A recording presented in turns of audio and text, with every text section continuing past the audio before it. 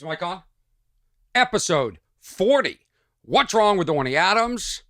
It's about to happen. For obvious reasons, during the pandemic or the lockdown, I stored a lot of food that I wouldn't have ordinarily. I converted a closet into basically a pantry. Now what's happened is I have a lot of stuff in the closet and I can't find when any of it expires. Why are expiration dates impossible to find? What's wrong with expiration dates? First of all, it needs to be regulated. It absolutely needs to be regulated so it's easy to find. Second, can we trust a date? How do we know they're not predating the real expiration date so we throw it out sooner and buy more and they make more money? Let me give you an example of a shitty what's wrong expiration date. Look at this. This is yogurt. Obviously, this isn't kept in my closet, but this is yogurt. Look at this. Yogurt. Is it in focus? I'm pointing at the camera. The expiration date is here. It's on the top. I can see it's out of focus. Oh, wow. Anyway, it's on the top. You can't read this. You can't read this. Look at all this real estate on the yogurt container that has nothing on it. You could put it right there. How about the bottom? There's nothing on the bottom, but it's on the top where it says Siggy's, whatever this is. That's your Icelandic. That's Icelandic for yogurt. And there it is across it. It is lighter than. It starts with the day, then it goes month. It's the wrong format. Everything is wrong with this. Let's start with this. Nobody eating yogurt has good eyesight. So how are we supposed to read this thing? Are you kidding me? It's out of control. Then we have this. What is this? This was stuck in the closet for a year. Premium saltines. I mean, why wouldn't? Doesn't this seem like perfect I'm locked down type food? Saltines? Well, where's the expiration date? Not on this panel, not on this panel, not on this panel, not on this panel, not on this panel, not on this panel. I'm getting too old for this shit. Orny Adams. It's the older people that can afford to store food and stock up, and then we can't read the expiration dates. That's what's wrong. That's what's wrong. Episode 40, what's wrong with Orny Adams? Expiration dates, done. Let's talk about these extended warranty phone calls we're all getting, the spam. Is anybody falling for this? Your car, the extended warranty is about to expire? Let's discuss that. Let's discuss the more CAPTCHA. Oh, I saw the police pull guns on somebody here in Los Angeles. That was scary, right in front of my car. I have video. I'm going to share it with you. If you subscribe to my Patreon, you can see this video probably tomorrow or the next day. If not, I've started releasing old episodes. So I just released, this is episode 40. I just released episode 29. This week I'll release episode 30. So you're 10 episodes behind. Hi, everybody. My name's Orny Adams. We have a wonderful show. Me. I have a wonderful show for you today. I'm super excited. And I know it's been some time. But I am busy. I've got a nice letter from a fan. I'm not going to give her full name. She's in the United Kingdom. Listen to the leaf blowers. But I will give her initials. It's TL. And part of my heart dedicates this podcast to her today because she sent me a beautiful email, which is what'swrong@ornyadams.com. Which really reminded me why I do this podcast. So, thank you. Let's get into some stuff. We're going to discuss a documentary called Truffle Hunters and about passion. Man, my head is all over the place, and I really wish they weren't blowing leaves right now, but they are. I'm also going to play a video for you of what I'm like before a show. I wanted to capture the pre-show nerves and share it with you. So on this episode, that is exactly what I'm going to do. I came into Big Yellow before a show. I was doing a show, Jam in the Van. It's on the West Side. And I was like, why? It was a Wednesday. I'm like, why did I decide to do a show on a Wednesday? I could have just taken the day off. And all day, I'm like, I hope there's people there. I hope it's a good show. It's not at a club. I don't always feel as comfortable when it's not at a club.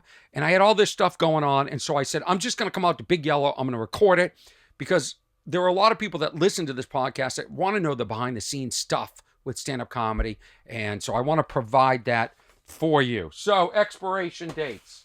Let's fix that. I mean, this yogurt, I wish it was in focus. Maybe on that camera you can see it. This is impossible. And it's every brand of yogurt, and it's everything now. They've made it impossible. The expiration date used to be on the bottom. It was clear. It made sense. It didn't say sell by. It didn't say buy by. It didn't say use by. It didn't say expired. What do I need, a degree in expiration dates? Fire it up. Fire it up. I need fired up music. Fire it up. Episode 40.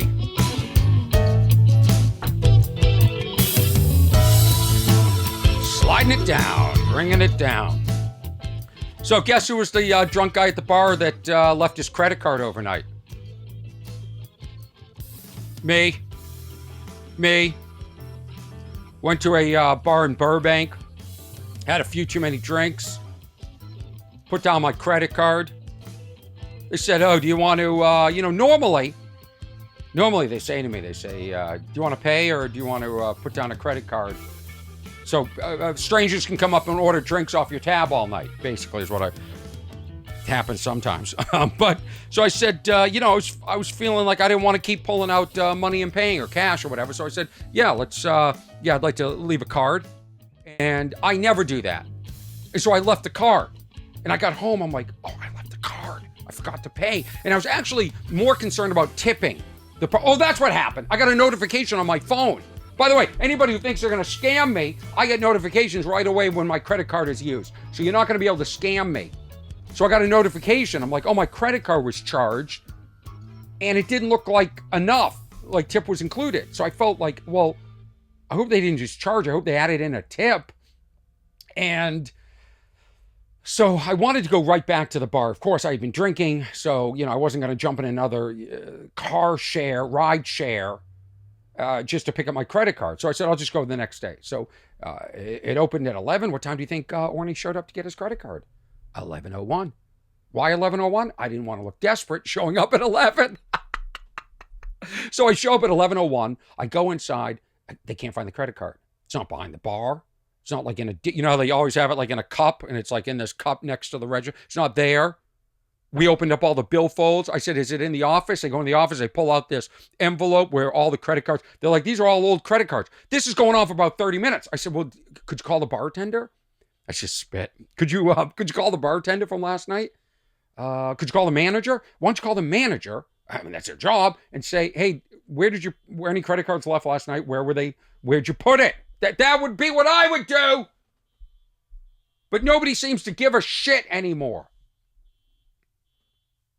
Who has a beeping car alarm in 2021? How long's that going on for? So, by the way, we are in the wild. I'm in Big Yellow. This is my home studio. It's a 1961 Shasta trailer, converted. Lights everywhere, cameras everywhere. There's only room for me. It's almost as if I'm an astronaut, like astronaut Jim, and I'm in my little cocoon. And I am lifting off to What's Wrong with Orny Adams space. So they couldn't find the card. Now, I wanted to call my credit card company and just order a new card, because this has been going on too long. I'm like, is it in the office? Did you look? Is it in front of that terminal? Is it right? So I wanted to cancel. Why didn't I cancel it? Because, listen, they'll send me a new card within 24 hours. I spend that much money. Why didn't I? Because, the 4-digit code, it is so easy on this one. It's actually one that I can remember. Like, usually it's like 3 years into a card and I remember that code. I knew this one out of the gate. It was very, very similar to a number in my life. And I thought, I don't want to lose that. I love that. The other thing is, I have multiple cards and they all expire in the same month. And you get a new card, now that one expires in a different month. Do you understand what I'm saying? It's too much thinking. It's too much chaos. I have too many credit cards. I have too many things in life. So I didn't want to cancel. I just wanted to find it. It has to be there. Unless, and this is where the paranoia steps in, this guy didn't like me. He's taking the card. He's selling the number somewhere. Or God forbid, he's one of the 18 people in the world that recognizes me and wanted to keep the card as a memory or something, or sell it on eBay. I don't know. million thoughts. And so as they're running around, by the way, nobody's really running around. Nobody cares. I'm basically asking the bartender on duty. I'm like, do you mind, like, you see the billfolds? Maybe it's in one of the things, the leather things that you hand to us when we sign. Maybe, can I look through those? I'm looking through. I'm like, do you mind picking up the register? Like, I'm being proactive. If I wasn't proactive, it wouldn't have been found. Well, when nobody was looking, guess what Orny Adams did? I snuck into the office. And sitting right on the desk. By the way, if you've ever worked in a restaurant, which I have, I waited tables when I was in college. You always, at the end of the night, take all your checks, all your cash in a big printout. And you do everything. You go, all right, I took in $50 in cash, and I took in $150 in charges, and I had $52 in tips. You owe me $2 because I have 50 of it in cash. Okay, so you do this. It's called I don't know what it's called. Checking out. I don't know what it's called. But they do it I see it at the comedy clubs every weekend. I see it. I get paid at the same desk that the wait staff and the bartenders get paid at too. I know the system, and I thought it must be on that desk. So I snuck into the office. At this bar. I didn't care. I wanted my credit card. And guess what was sitting right next to the keyboard? This. I'm showing the camera, okay? What does this look like to everybody? And I'll describe it to you if you don't subscribe to the Patreon, or you're not watching this episode on YouTube 10 episodes later. It looks to me like a credit card sneaking its little plastic head out of a wrapping of what looks to me probably like my bill for the drinks and a charge. And it's got a nice little staple. Look at this. This was sitting right on the desk. What? How do you go into the office to look for the credit card and not see this on a clean desk? Are you kidding me? Nobody cares. Nobody's using their head. I had to sneak into an office to find my credit card. Fire it up! What's wrong? There's no common sense. People work at these places, they just show up and they just want to get their check and then go home and play Fortnite. Nobody cares. Use your common sense. This looks like this couldn't be anything else but a credit card wrapped in a receipt with a paper clip. And it wasn't amongst clutter. And I had to go in and steal it. Don't think that's not going in my Yelp review. Well, let me give you some of my stand-up dates coming up, everybody, because I want to get into an incident. I'm lowering this. I'm shutting it down.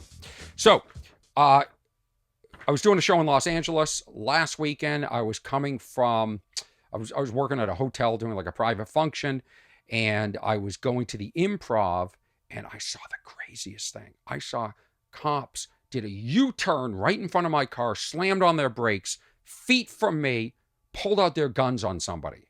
And I have it on video. I'm going to share that with you in just a minute. Here are some dates coming up.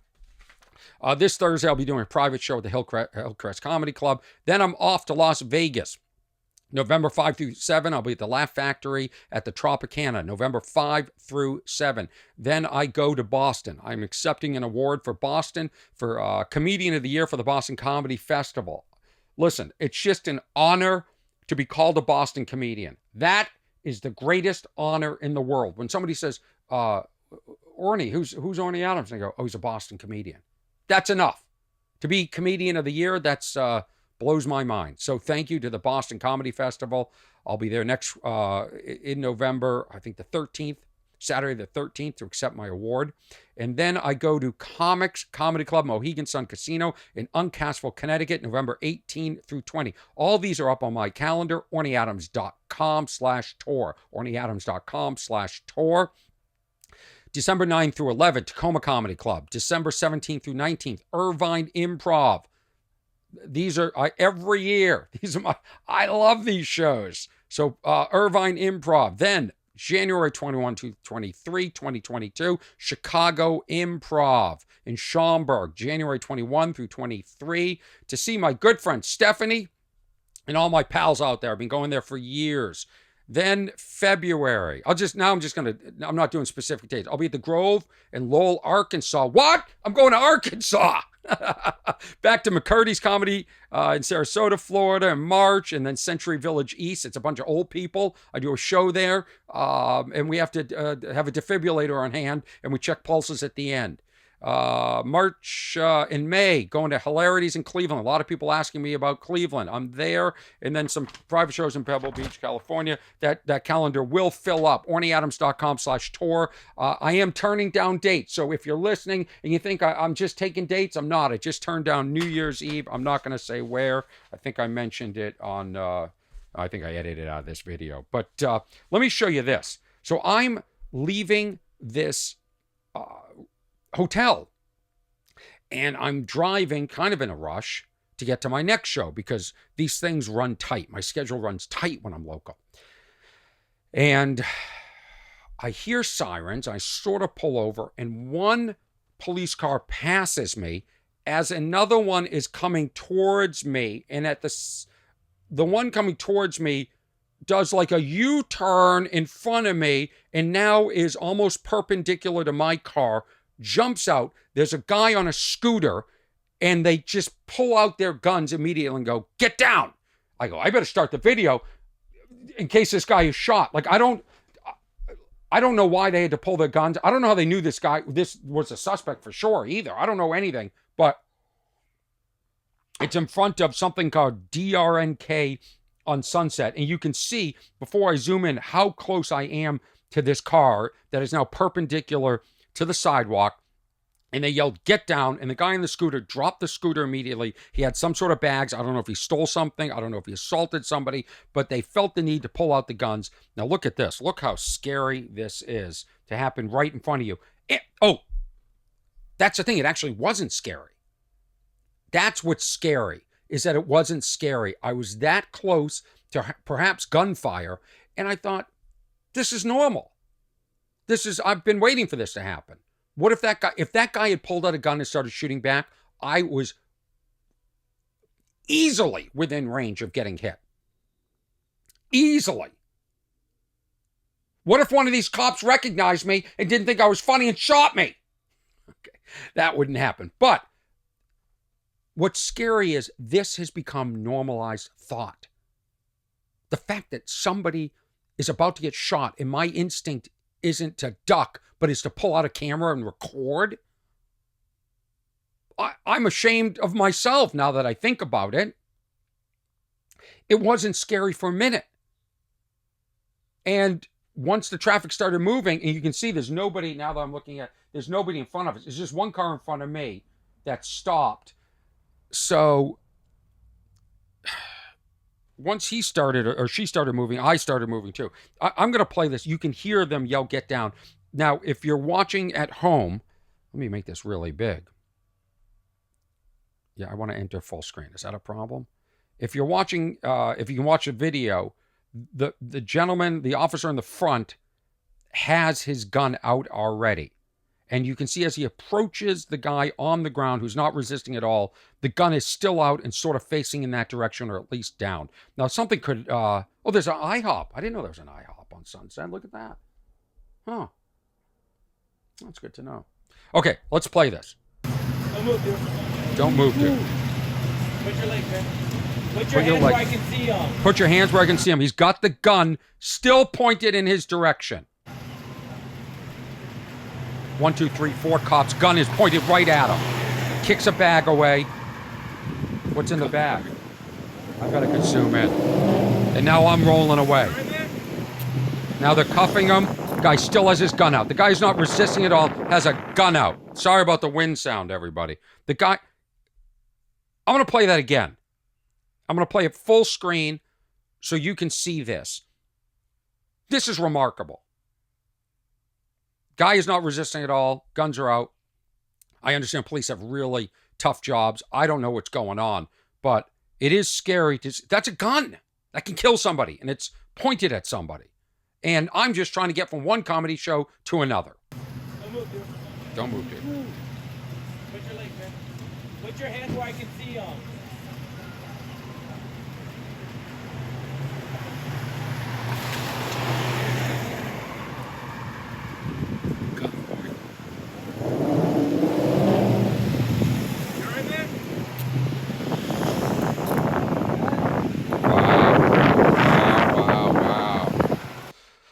Oh, life in the big city, I guess. I guess that's what it's come down to.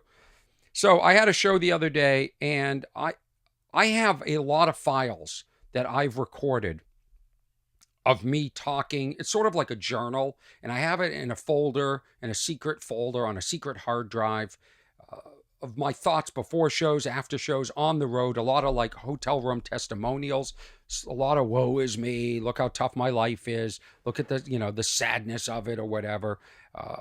And I wanted to do sort of a version that I was willing to share with you guys, the What's Wrong with Orny Adams crowd, so you could see what it's like before a show, the anxiety, what I'm thinking, the uncertainty, the questioning myself. Am I funny? All this, why am I doing it? Like, all this stuff goes on. And I wanted to share that with you today. So this is a video I put together this past Wednesday before I was going to my show, Jam in the Van. And I'm going to play it for you. It's 8 minutes, and we can discuss when I get back. I don't really have anything planned to say. I was getting ready for a show, and I thought, this feeling I have, I wish I could convey it to people, to listeners, to people in my life. It's just a strange feeling. I've got a show. I'm in Los Angeles. I'm obviously in Big Yellow. This will be an insert into What's Wrong with Orny Adams, episode 40. I should be leaving for my show in about 15 minutes. I went over all my notes. I figured out what I wanted to say, and now it's like the countdown to when I have to leave for the show. When to eat, if I'm going to drink coffee, how do I get my energy up, when to get in the car. I find it all, like, I wish somebody would just pick me up. I actually wish I wasn't doing a show tonight. Sometimes I regret when I'm doing local shows.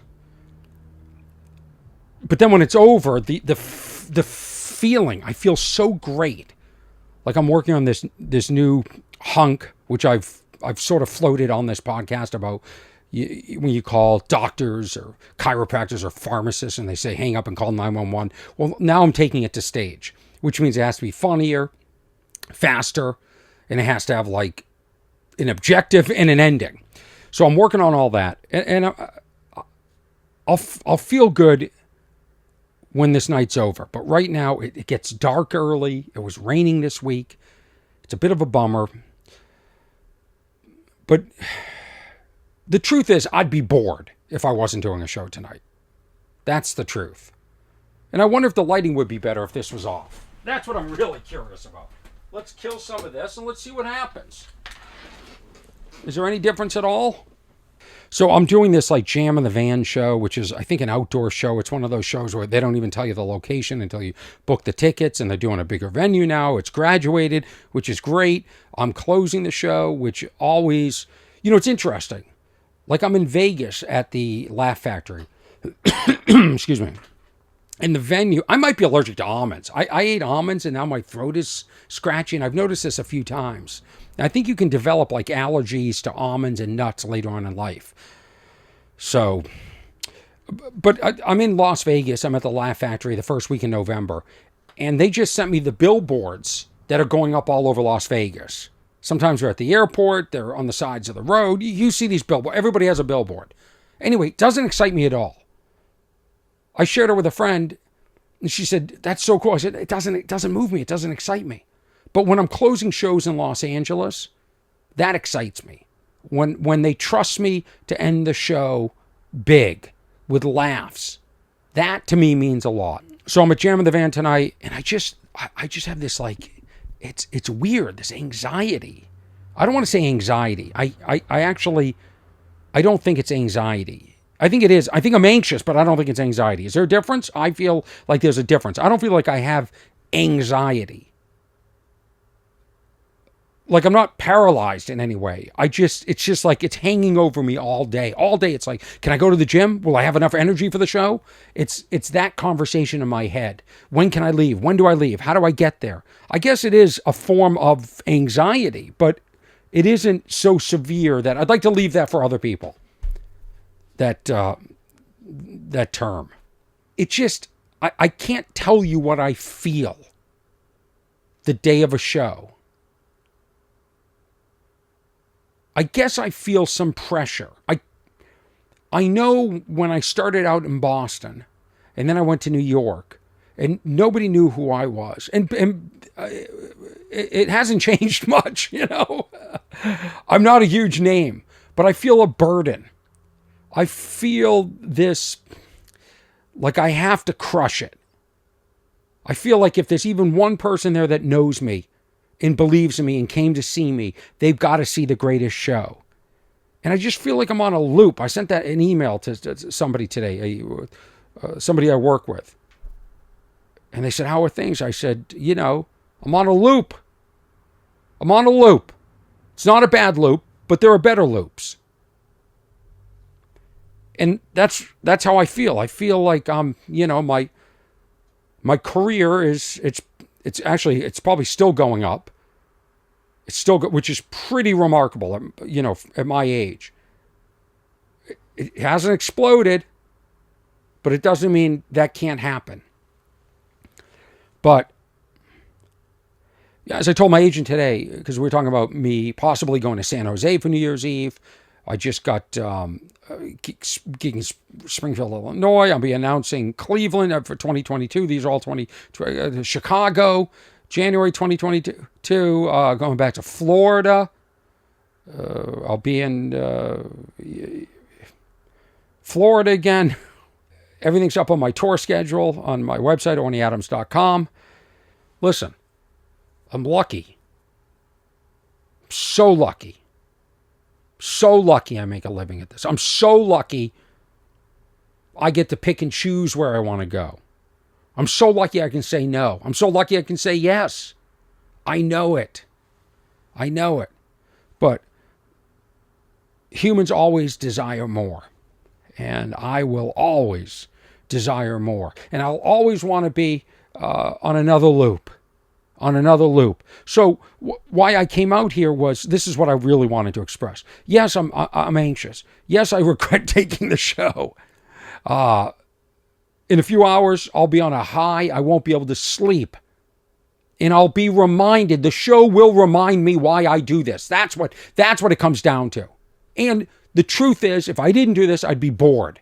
If I didn't have this track going in my head all the time, I'd be bored. What else would I be doing? What else am I qualified to do? Not much. What else would give me this much control? Not my own TV show, not movies, nothing. Nothing would allow me to do and express myself the way I want to express myself. And so for that, I'm very fortunate. I'm lucky. And I take it back. I'm excited I'm doing a show tonight, but I'm not. Okay. I kind of don't want to share this shit with you because I want you to, it's unmasking something that doesn't have to be unmasked. Forget it. Forget I even said anything. There you go. There you go. There you go. I have my mic down so I could cough. There you go. Exciting news, everybody. I folded. I joined TikTok. I'm on TikTok. There was a moment where I posted video number 4 the other day, a stand-up clip. It had 40,000 views within minutes. Then it jumped to 50,000. I thought, here we go. Everybody was right. I should be on TikTok. And then it just died. And it's not like, these, now it's up to like 58,000. These people aren't even following me. I have 3,000 followers. I'm a TikTok failure, but I will keep posting. I'm Orny Adams for real. I think I got that.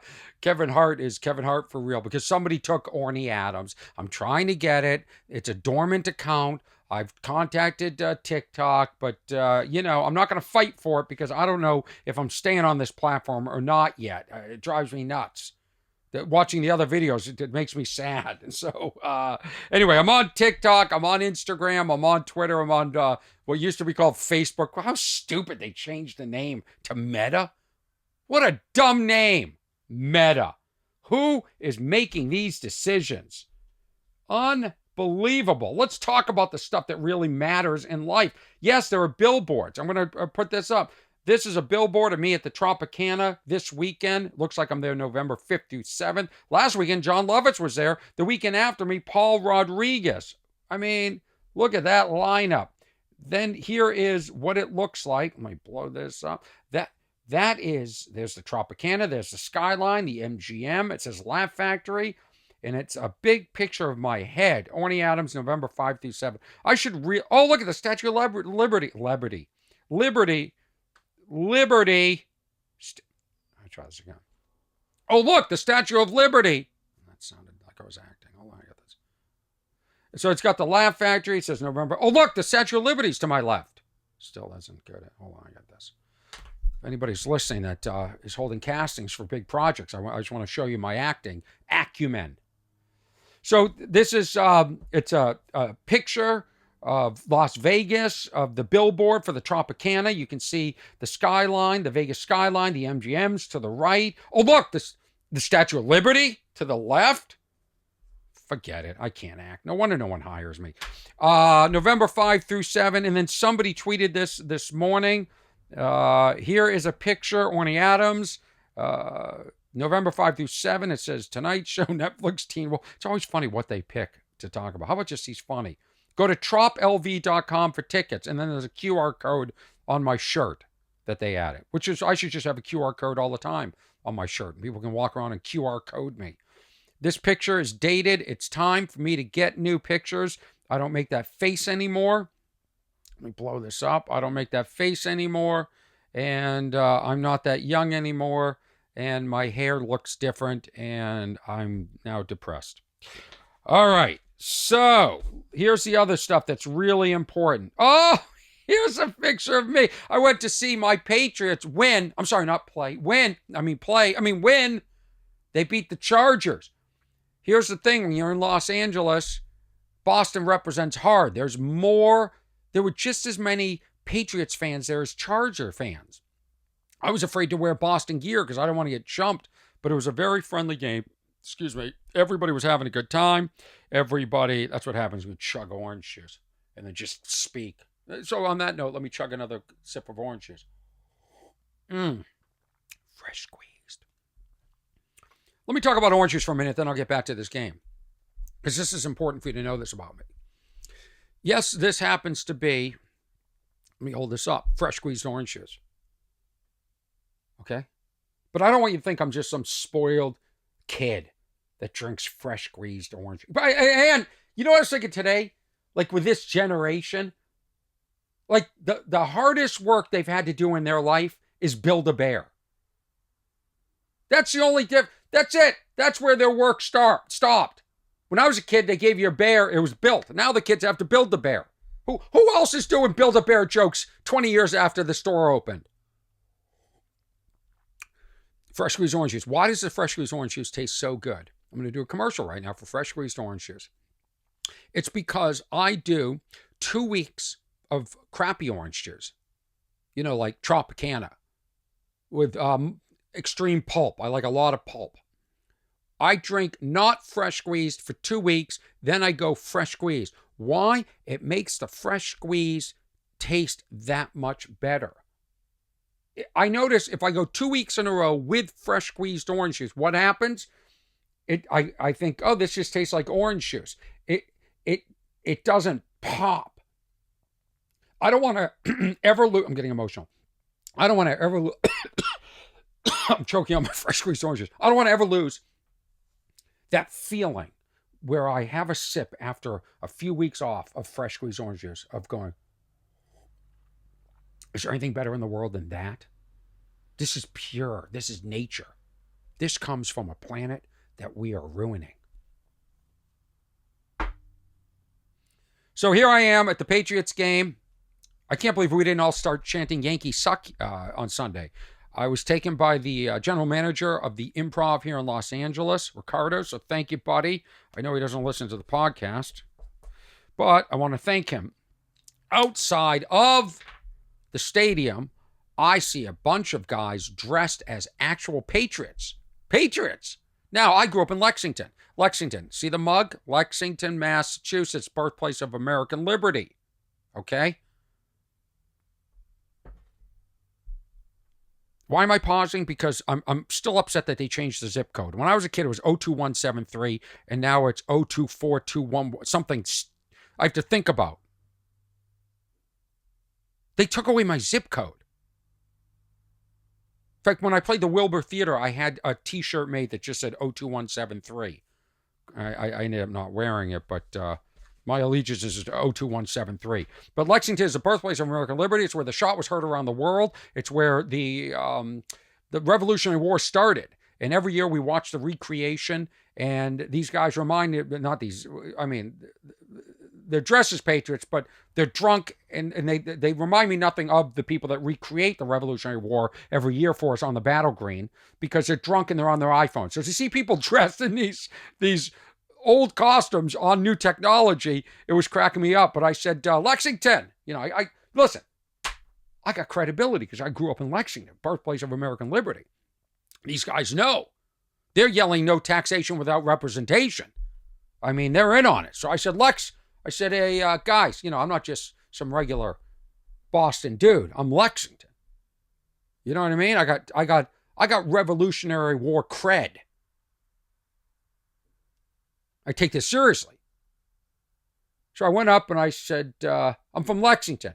And they said, Sudbury. That was the next town over. And so I said, let's take a picture. We took a great picture. And I posted it. Within minutes, somebody tagged all the people in that picture on my Meta page. It used to be Facebook, now it's Meta. So stupid, Meta. Meta is already a dated word. What is that company doing? They changed their name like the cigarette companies changed their name just so we're going to forget that they suck and they're stealing our information and they're giving us bad information depending on what our beliefs are. They believe the earth is flat. They're going to give us flat earth information rather than helping correct us. They are not good for the brain. And neither is TikTok. If you're young, I really fear for people that are just sitting there nonstop. TikTok. I mean, you know what it was showing me? Beautiful woman or beautiful man, one after another, like dancing, doing something that added nothing to my brain intellectually, didn't move anything forward in my head, didn't help me evolve. I was devolving. TikTok just wants me to have an erection 24 hours a day. So anyway, I'm on TikTok, so I hope you join me over there.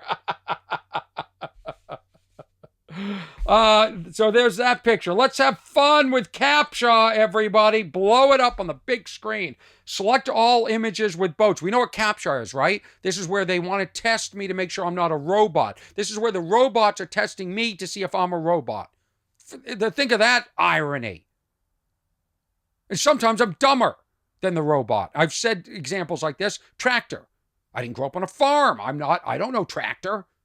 Sometimes the old fire truck. The other day, there was a picture of a cow, but no tractor. It was like from far away with no tractor. How is that possible?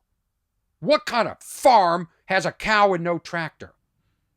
Look, I figured the tractor must be hiding in the background because they're a little sneaky, these robots. And that's what fun with CAPTCHA is all about. Let's see if we have fun with CAPTCHA music. That's not it. Pretty intense. That's not it either.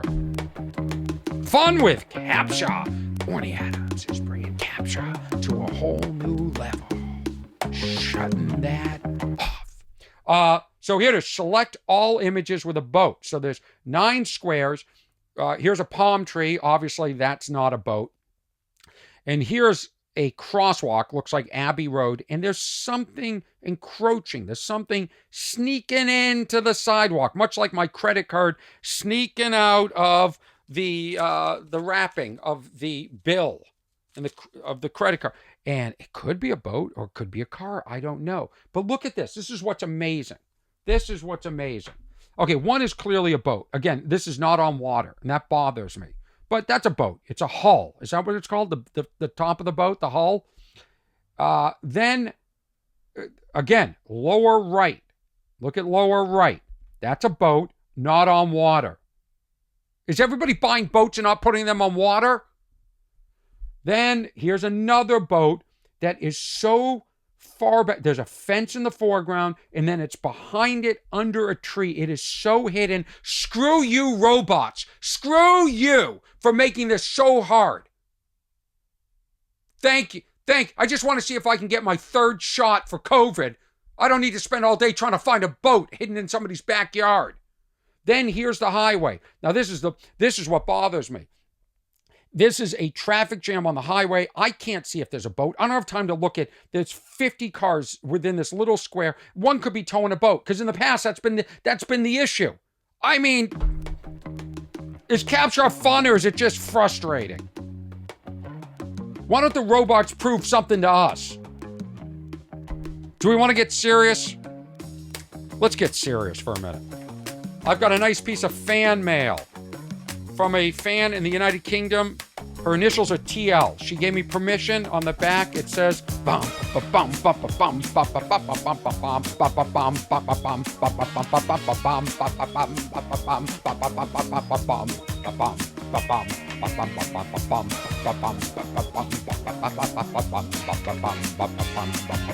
I'm doing this for me to keep my energy up.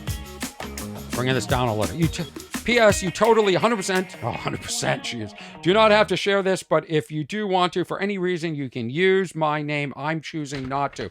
If you want to keep in contact with me, the email is whatswrong@ornyadams.com. whatswrong@ornyadams.com. You can send me anything, suggestions. You can send me videos you want me to play. You can send me notes and say, do not use this. You can keep it private. Do whatever you want. On Instagram, @OrnyAdams, Twitter, @OrnyAdams, Facebook, /OrnyFans, my website, ornyadams.com. Or go to teamwhatswrong.com for everything. It's like a portal of just links. We're going to talk about this. We're going to talk about this movie, The Truffle Hunters, and we're going to bring it home. Oh, and then a couple of little things at the end. Was there anything else on this episode that I am forgetting? Let me look at the computer. Patriots game. No, it looks like I got it. And this is cooking. Really, really cooking with the energy. Okay, this is an email that was sent to me. And I just want to say this. I want to say this to TL. Thank you for sending me this email. It's quite a lengthy one, which I appreciate. And I know this is going to be hard for you to believe. I'm talking to you. I'm looking straight into the camera, and I'm talking to you. But it's emails like this that remind me why I do this.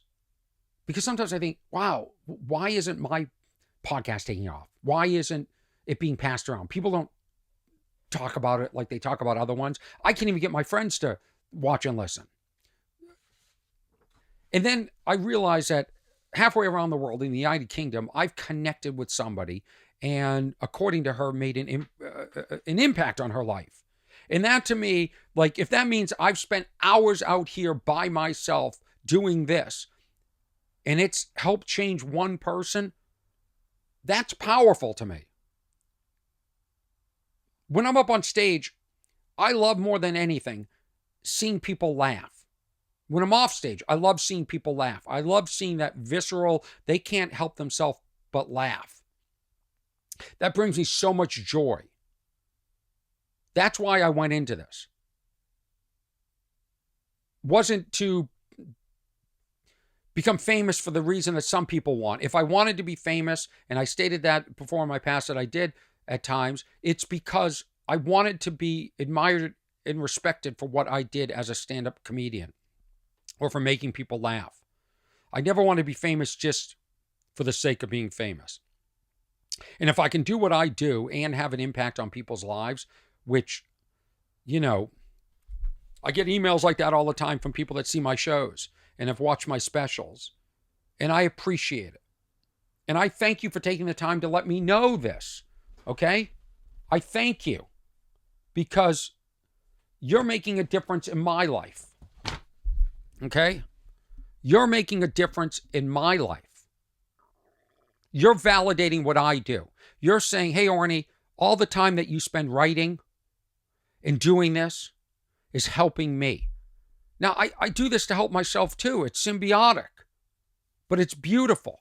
In a world that we live in right now where people just attack people and we live in fear of saying the wrong thing, we all need each other. This planet can't operate. You can't be your own island. So thank you. Let me read the email and I'll discuss as we go. Hey, Orny, how are you doing? Well, TL, I'm doing fine. I'm doing my podcast right now, and I'm talking to you. My name is, and she says her name, and it's a very specific, very unique name. So I don't want to say, because she gets very personal in here. She said, I'm a fan from the UK. I'm writing to you really hoping you'll see this, because I really want you to know how much of a positive impact you and your podcast, WWWOA, has on my days. For a while now, I've been struggling with my mental health.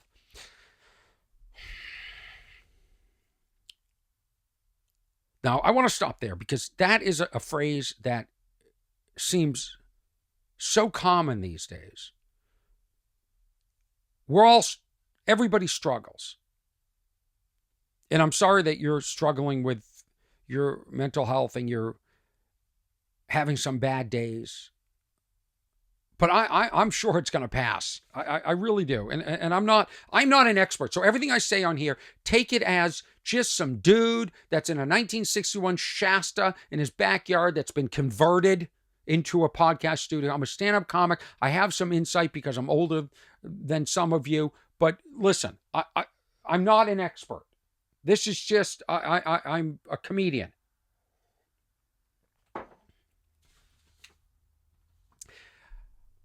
I've really been struggling with my mental health. I started listening to your podcast in hopes it would make me laugh a bit. Long story short, it really did.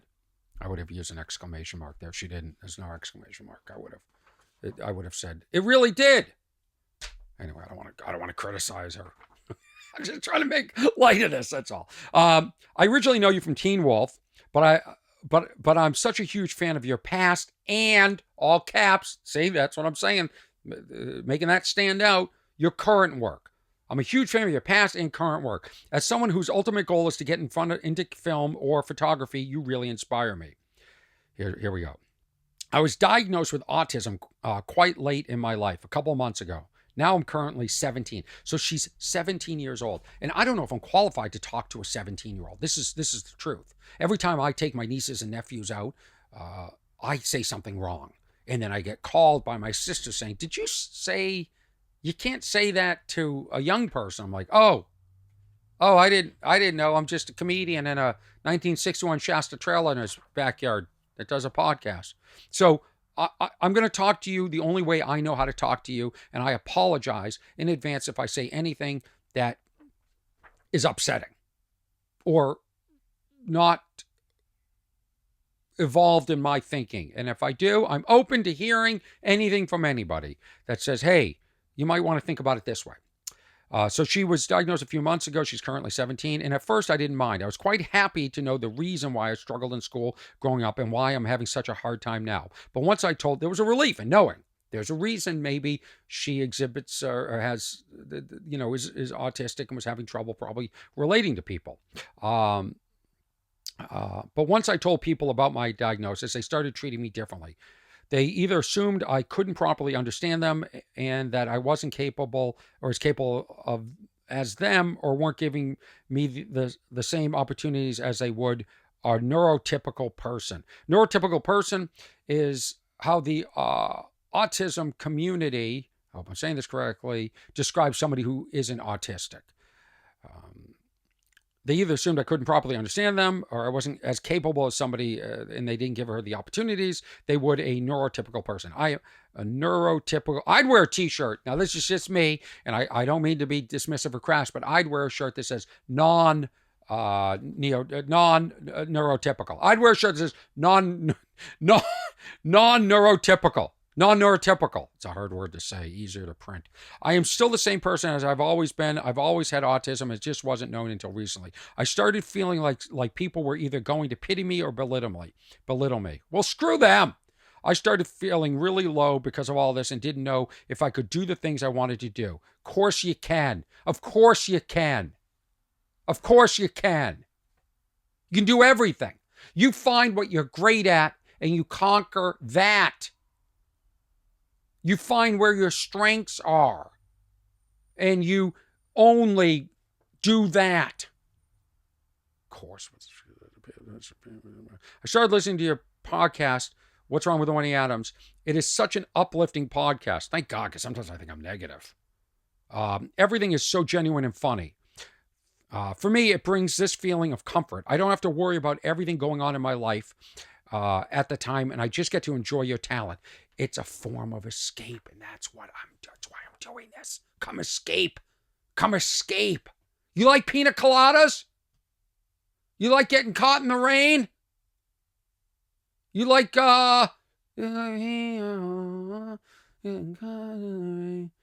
then come to my escape. It generally made me so positive. I was finally in a good enough mood. Boy, my podcast made somebody positive. How great, how great is that? It finally put me in a good enough moods where I felt like going out again. See, that's sad. It's sad. When you're young, let me tell you this. Young people are cruel to other young people. And probably when I was 17, I was cruel to people. But you evolve. I'm not that person anymore. And understand, TL, a lot of these people that are cruel to you, you won't even remember their name in 15 years. You won't give a shit about them. And they're cruel because empathy is something that you develop through life as you're exposed and as you see things. And there's going to be a time where they feel different. They don't feel like they fit in. And they're going to think about you and think, wow, I should have never said that to you. I feel bad. They may never apologize to you, but they may feel it. And understand, as you get older, you're going to shed a lot of what you feel bad about right now will be insignificant. Listen to me. Listen to me. I wasn't invited to every party. I can tell you about the party. Frank Dettori had a party next door to me at my house. Guess what? He invited everybody in the school except me. Lived right next door to me. Right next door to me. Frank, that piece of shit. I'd love to find Frank right now. I'd love to see where Frank is. Is he in a 1961 Shasta trailer in his backyard doing a podcast that changes lives for the TL in England? Frank invited everybody except me and said there was no room in the party for you. All of a sudden the cap stopped at me. I was so pathetic. I hate to even admit this. And I'm going to tell you this, okay? I don't want to share this story because I'm to this day still humiliated by it. But I'm telling you, TL, that's Frank. He's here. I'm coming, Frank! I'm telling you, this is how pathetic I was. I said to Frank, because I lived on the night street, and he lived a little bit behind. Here's my house. He was right here. It was 150 yards away, but it would be sort of hard to find. This is before GPS and MapQuest. And so I said, I'm not kidding. I'm not kidding. This is so embarrassing. I said to Frank, what if I went out there and directed traffic for the party, and then if somebody didn't show up, I could come in? That's how pathetic. That's how pathetic I was. Frank didn't want me at the party, but I didn't know. I mean, I was in high school. I was the same age as this young lady. Frank wanted to hurt me. People like to hurt people, makes themselves feel better about themselves. Or in this case, some of these people probably just don't know how to handle it. So when you say they don't think that you understand, maybe it's they're trying. They're thinking they don't know what's going on in your head, and maybe they're trying to sort of accommodate. I don't know. I'm not there. I'm sure all these people aren't bad people. Frank was a piece of shit. Frank came from Guam. I'm trying to find Frank, by the way. I've been trying. I asked my old friends. It's almost as if he didn't exist. It's almost like he was a ghost. Like, where is he? I've Googled him. I've looked into him. I've done different spellings. I know he came from Guam. Like our sophomore year or junior year. And all of a sudden he was a popular kid. I didn't even think Frank was that cool. Women thought he was good looking. He wasn't good looking. He had this big party, and I wasn't invited. I'll never forget it. We all know what it's like to be in high school and not be invited to the party, unless you're one of the cool people. And I was sort of one of the cool people, but much like stand-up comedy, I'm on the outside. I can't believe this podcast is an hour. I wanted to be sure. We're not doing truffle hunters today. That's it. We're not doing truffle hunters. I don't want this to be a marathon podcast that people can't get through. So truffle hunter documentary will be on the next one. I'm sorry, everybody. I'm sorry. But we live in a world where people can't even get through a TikTok video. And this thing's already heading to an hour. And I want to finish this. This is important for TL. And you know what? This is very deep. In the Truffle Hunter documentary, I pulled a clip. I was on a plane going from Atlanta to Hawaii, and I found a very moving, motivational clip that I want to play. And I took a video of the screen. I don't have the actual movie with the audio, and I was going to read the subtitles because it's in Italian. Buongiorno! Let's finish this. Sorry, TL, to break this up with the Frank Dettori story. Where was I? Okay. One day, a couple of weeks ago, I went to a really beautiful country park where I was so in awe by the scenery that I decided to ask my parents for a camera as an upcoming Christmas present and take a photography course, like I had wanted to for so long. Your podcast quite literally helped me become positive again, so much so that I was able to go out and realize, oh boy, they spell it with the S, Realise. It's a Z, it's a Z. They call it a Z, by the way, over there. Realize that I could, in fact, do things I wanted to do, and that the people who are going to look at me differently don't affect my ability to achieve the things that I want to. That's right. You know what only matters? How you feel about you. Don't let other people sway your opinion of yourself. You know you kick ass. You know you're going to be a great photographer. You know this. Making sure camera 2 is in focus. Imagine if that wasn't in focus and I was talking to it the whole time. You know. Frank didn't ruin my life. Frank made me stronger. And you know what, Frank? I'm invited to all the parties now, and I don't want to go.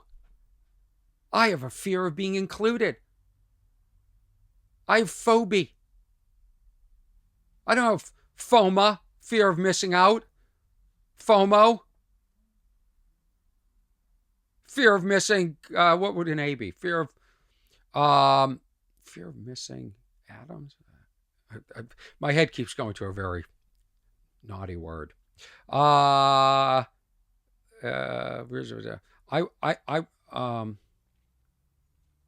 helped me become positive again. So much so I was able to go realize that.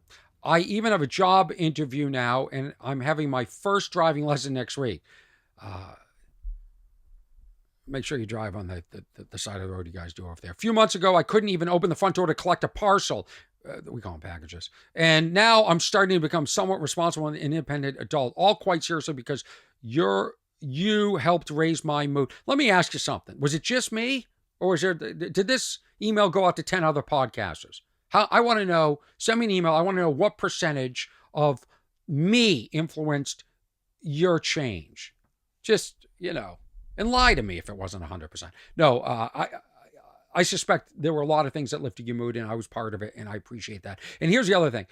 My email is what'swrong@ornyadams.com. I will read them, and if, in this case, I'm sharing another podcast like she said I could. I'd like you to send me some pictures, and I'd like to put them up on the screen here and share them with the people that watch. Help raise my mood. I can't wait for future episodes. Well, here's episode 40. The first time I go out and use my camera, I'll be listening to you the entire time. Well, send me the pictures that you take while listening to my podcast. That's what I'd like. I think I still have a long way to go on my journey. Of course you do. You're 17.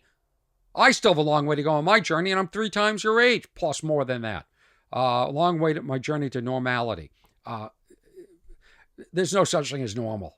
No, nobody's normal. If you think somebody's normal, they're faking normal.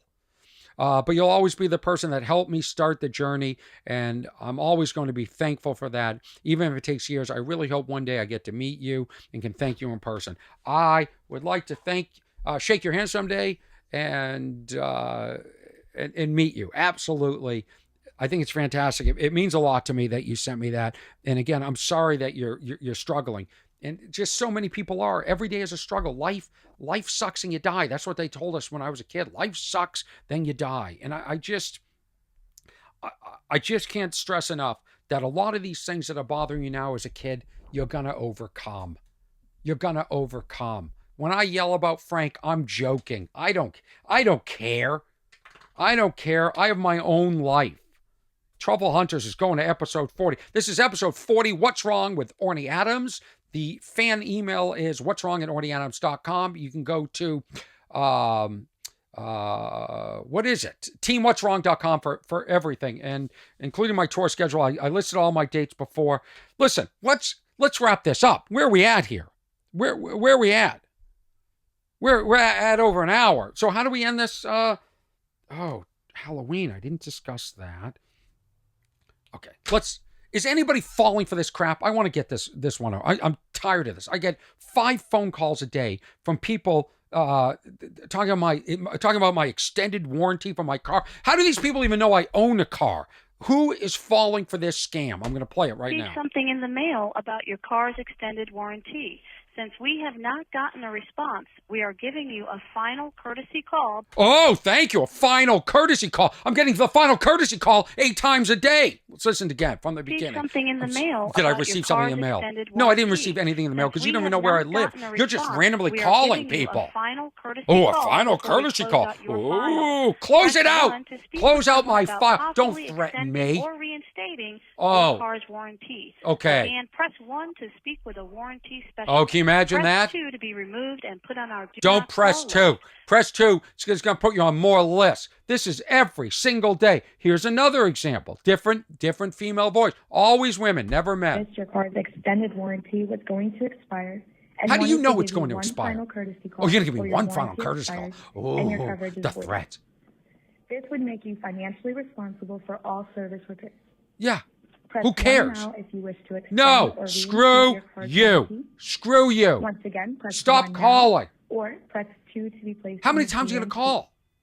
Unbelievable. Is anybody falling for this crap? Why is it only extended warranties on cars? Why aren't they trying to scam me another way? And what happened to the do not call list? What happened to anything?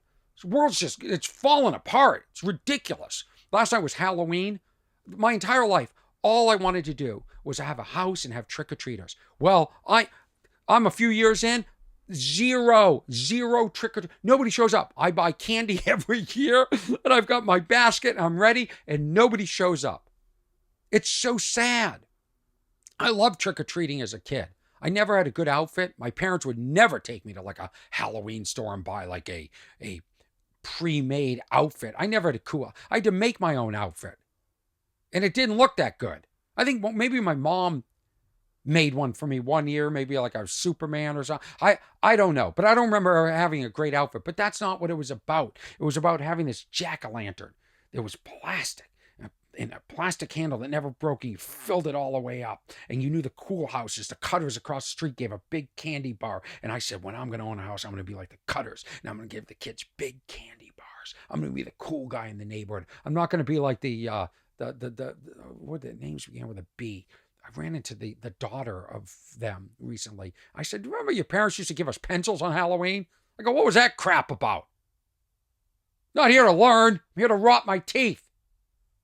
I used to come home, take all the candy, put it out. I used to alphabetize it. So Snickers would be before QRST. Twix would come after Snickers, and I put it in boxes, and I make it last all year.